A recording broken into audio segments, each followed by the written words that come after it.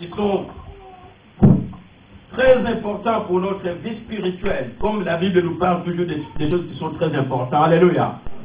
Nous parlons de la sanctification, de la purification. Nous avons vu dans des séminaires qu'on nous parlait de la sanctification. C'est vrai que la Bible déclare, soyez saints, car il est saint, c'est lui qui vous a appelé. Alléluia. Soyez saints, car il est saint, c'est lui qui vous a appelé. Alors que l'homme de Dieu qui était passé ici, qui a fait le séminaire, il nous a parlé. Il nous a parlé où il avait fait l'introduction de cette église. Et la pensée, elle est d'approfondir cet enseignement, d'approfondir et d'avoir plus de connaissances par cet enseignement, de savoir ce que nous sommes, ce qui nous attend aujourd'hui en tant que chrétiens et ce qui attend le monde. Alléluia. Qu'est-ce qui attend le monde aujourd'hui? Peut-être le monde peut avoir une autre pensée, mais en tant que les enfants de Dieu, nous connaissons très bien que nous attendons la venue du Seigneur.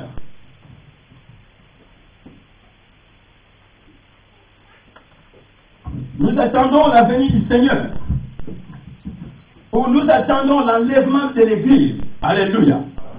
Et ce sont des choses qui sont très sensibles que l'Église doit connaître.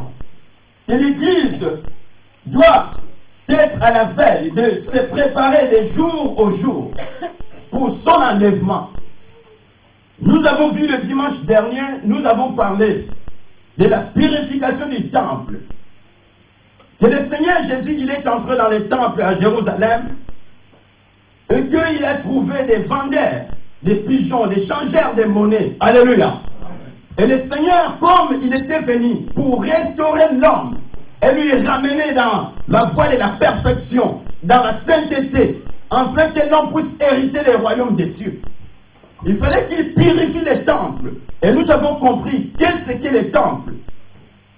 Nous avons vu le premier point que c'était les lieux où le nom du Seigneur était adoré. Dans l'Ancien Testament, la Bible nous dit que Dieu, il avait institué les cultes. Et il avait appelé Moïse, et lui dit, Moïse, tu feras comme je te l'ai montré sur la montagne. Alléluia. C'est-à-dire que les cultes que nous rendons à Dieu, ce n'est pas quelque chose d'imaginaire que l'homme il a imaginé que moi je vais le faire ainsi. Mais les cultes, c'est Dieu qui l'a instauré. Alléluia. C'est Dieu qui a dit à Moïse, tu me feras les tabernacles. Et là, les peuples m'adoreront. Et c'est Dieu qui a eu cette pensée. Alors quand ils sont sortis du désert, ils ont construit les temples. Et le temple, là où le nom du Seigneur est adoré, c'est un lieu saint et mis à part pour la gloire du Seigneur. Alléluia.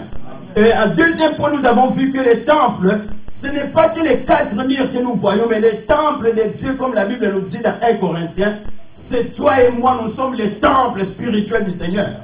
La maison où Dieu habite. Mais bien aimé, si Dieu habite dans cette maison que toi tu es, comment cette maison sera? Alléluia. Et le Seigneur veut purifier son temple. Le Seigneur veut ramener son peuple. Alors aujourd'hui, nous allons partager quelques versets dans le livre d'Apocalypse. Au premier chapitre. L'homme de Dieu, il a commencé au chapitre 2 de nous parler des églises. Mais avant que nous parlons de l'église, nous devons savoir, mais c'est quoi ce message? Alors, nous allons lire la parole du Seigneur.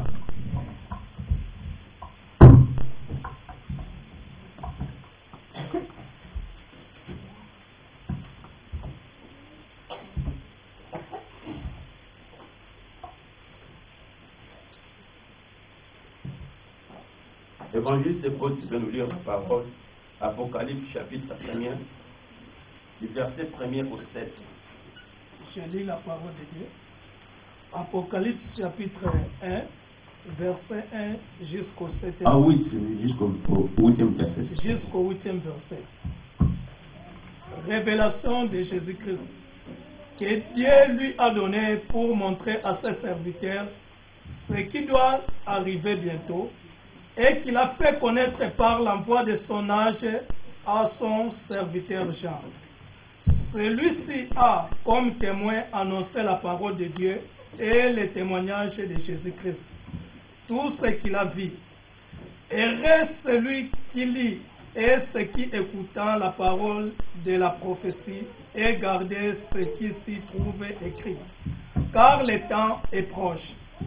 Jean aux 7 églises qui sont en Asie, que la grâce et la paix vous soient données de la part de celui qui était et qui vient de la part de cet esprit qui sont devant son trône, et de la part de Jésus-Christ, le témoin fidèle, le premier d'entre les morts et le souverain des rois de la terre, à celui qui nous aime, qui nous a délivrés de nos péchés par son sang, et qui a fait de nous un royaume de sacrificateurs pour Dieu son Père, à lui la gloire et le pouvoir au siècle des siècles. Amen. Voici qu'il vient avec le nuée. Tout homme le verra, même ceux qui l'ont percé, et toutes les tribus de la terre se lamenteront à son sujet. Oui, Amen. Je suis l'alpha et l'oméga, dit le Seigneur Dieu, celui qui est, qui était et qui vient, le Tout-Puissant. Gloire à Jésus. Alléluia. Amen.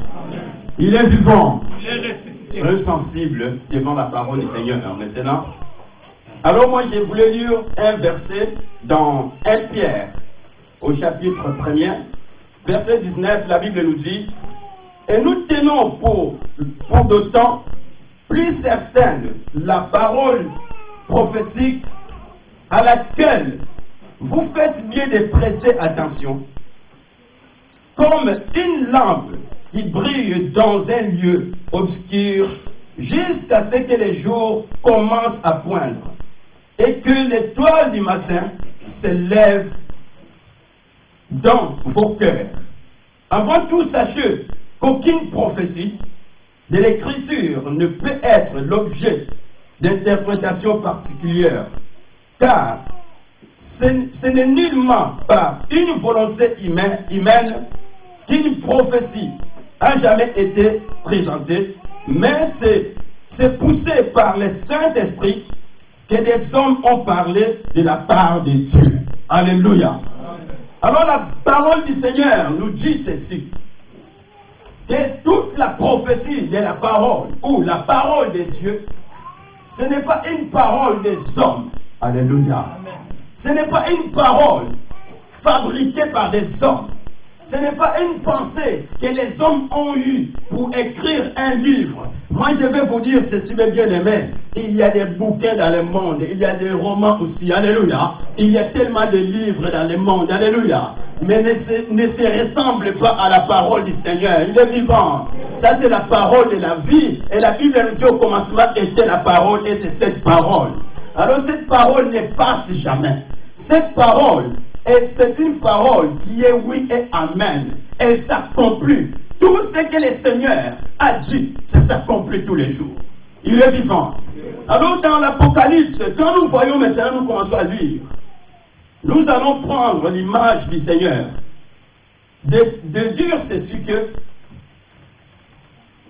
chrétiens, les enfants de Dieu, ou le monde entier, ils attendent un Jésus affaibli, un Jésus